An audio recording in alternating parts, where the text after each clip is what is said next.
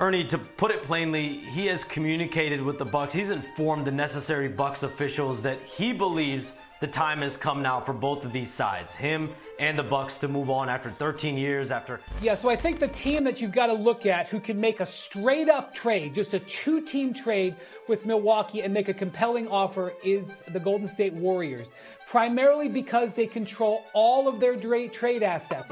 What Golden State will look with Steve Kerr coaching, with Draymond still there as a facilitator, with Steph shooting the way that he shoots, moving the way that he moves, and opening the floodgates for Giannis, because you can't take your eyes off Steph. Lord have mercy. I'm telling you right now, I like that one. I like that one. With the NBA trade deadline now being less than a week away, it feels like it is now or never for our Golden State Warriors to pull off a blockbuster deadline move to try and save the final years of Steph Curry's career. So as it currently stands, our Warriors sit with the 8th seed in a very contested Western Conference at the moment. The team is sitting with a slightly above 500 record, and they certainly were in the playoffs mix, but following a season-ending injury to Jimmy Butler, it felt like the Warriors championship window was shut in their face, and now it seems like they can only trade themselves back into the championship mix. So with that being said, in today's video, we're going to be taking a look at what could potentially play out for the Golden State Warriors at this year's trade deadline to allow Steph Curry to have one last potential championship run. Now, if you are a Warriors fan, do make sure to drop a like and subscribe to the channel for more Warriors content. So let's not waste any more time. I know why everyone is here. Let's talk about Giannis Antetokounmpo once again. Now, the Greek Freak has been linked to the Warriors since all the way back in 2019, but it seems like now this could be Golden State's best chance to land the two-time MVP and the one-time Finals MVP.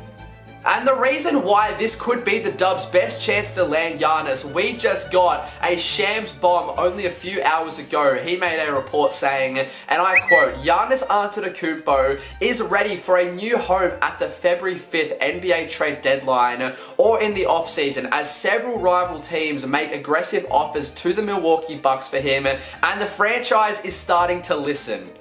So if we want to translate this into simpler terms for you all, essentially what Shams is trying to get at here, he is basically saying Giannis has requested a trade behind the scenes, and for the first time, the Bucks are actually intrigued in trading him. Now, clearly Giannis is at a breaking point with the Bucks. They are simply having an embarrassing season. They currently sit with the 12th seed in a very open Eastern Conference, and alongside all the booing from fans, the Bucks simply having no more trade assets, I feel like we are officially at the end of the Giannis Antetokounmpo Bucks era, and with him now being out for the next couple of weeks, we might have seen Giannis for the final time in a Bucks uniform. And as Warriors fans, how exciting is this? This is the exact moment the Warriors front office has been waiting for. We have maintained flexibility, we've preserved young assets and draft picks, and we've also just waited for the right superstar to hit the market, and it feels like now all of the stars have aligned. It is time for the Warriors to pull the trigger, go out and make the Giannis trade, give up the full house, all the young assets, all the draft picks, and create the best duo in the NBA with Steph Curry and Giannis Antetokounmpo. So now that we know the Warriors potentially could go all in for Giannis, and for the first time he could be up for a trade, let's take a look at what an updated Warriors-Bucks Giannis trade package could look like. Now, I've constructed this mock trade myself. I've tried to make it as even as possible, putting all things into account. Now, let me know what you guys think of it down below in the comments. Would you change anything, or do you think this is a fair package for both sides? So here it is. The Golden State Warriors will be receiving Giannis Antetokounmpo and as well Thanasis Antetokounmpo. Of course, those two will come in a package deal, and then the Warriors also pick up Kyle Kuzma, who for some reason seems to think he is 2016 Steph Curry. And then in return, the Bucks get a nice trade package of Jimmy Butler, Jonathan Kuminga, Moses Moody, Brandon Podziemski, and unprotected first-round picks in 2026, 2028, and 2032. And then also a first-round pick swap in 2031, obviously because the Warriors can't trade back-to-back picks in 2031 and 2032.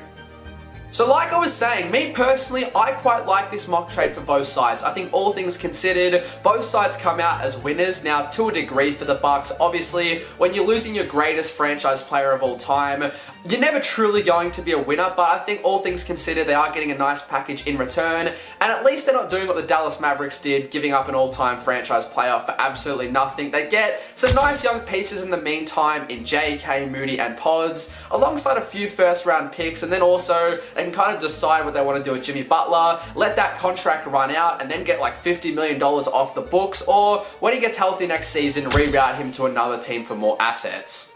And then for the Warriors, I mean, man, if this actually went down, I would be the happiest person on planet Earth. We get a new look starting five of Steph Curry, DeAnthony Melton, Giannis Antetokounmpo, Draymond Green, and then Al Horford. Now, do keep in mind, if this Warriors-Bucks-Giannis trade would go down, I am assuming the Warriors would make a few other minor trades in the background to kind of readjust the depth chart we have. But, I mean, this starting five alone would be enough for the Warriors to have a good run.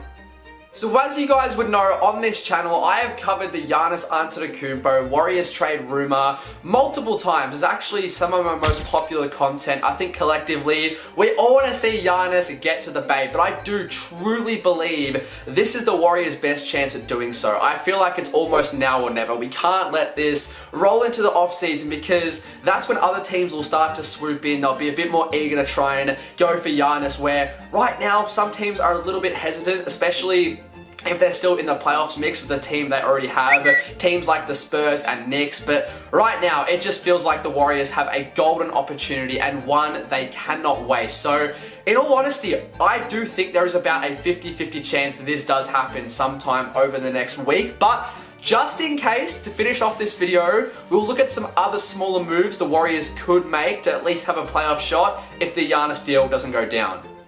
Now, the first thing we'll take a look at is a potential Andrew Wiggins reunion. This could be on the cards. Wiggs has been linked to come back to the Warriors for multiple weeks now, and with the 6 years he spent with the team previously, we know he would fit right back into this system. He was the second best player on our 2022 championship run, and a potential trade package could look something like Jonathan Kuminga, Buddy Hield, and a 2030 second round pick in return for Andrew Wiggins. And then another option for the Warriors is going after DeMar DeRozan, who is on a little bit of a cheaper contract than Andrew Wiggins, and as well, the Kings are looking to blow it up at the deadline, so they could be willing to move on from DeMar, who is having a very solid year. So in this mock trade, I have the Warriors landing DeMar DeRozan and Keon Ellis. If we're making a deal with the Kings, we might as well also try and get Keon Ellis. The Warriors have been very eager on him as like a low budget, high upside type of move. And I think him and Will Richard off the bench together could be some good future guards for the Warriors. And then in return, the Kings finally get their man in Jonathan Kuminga alongside Buddy Hield. Now, in terms of draft compensation, I was a little bit torn because the Warriors are also getting Keon Ellis. We might have to give up our first round pick this year.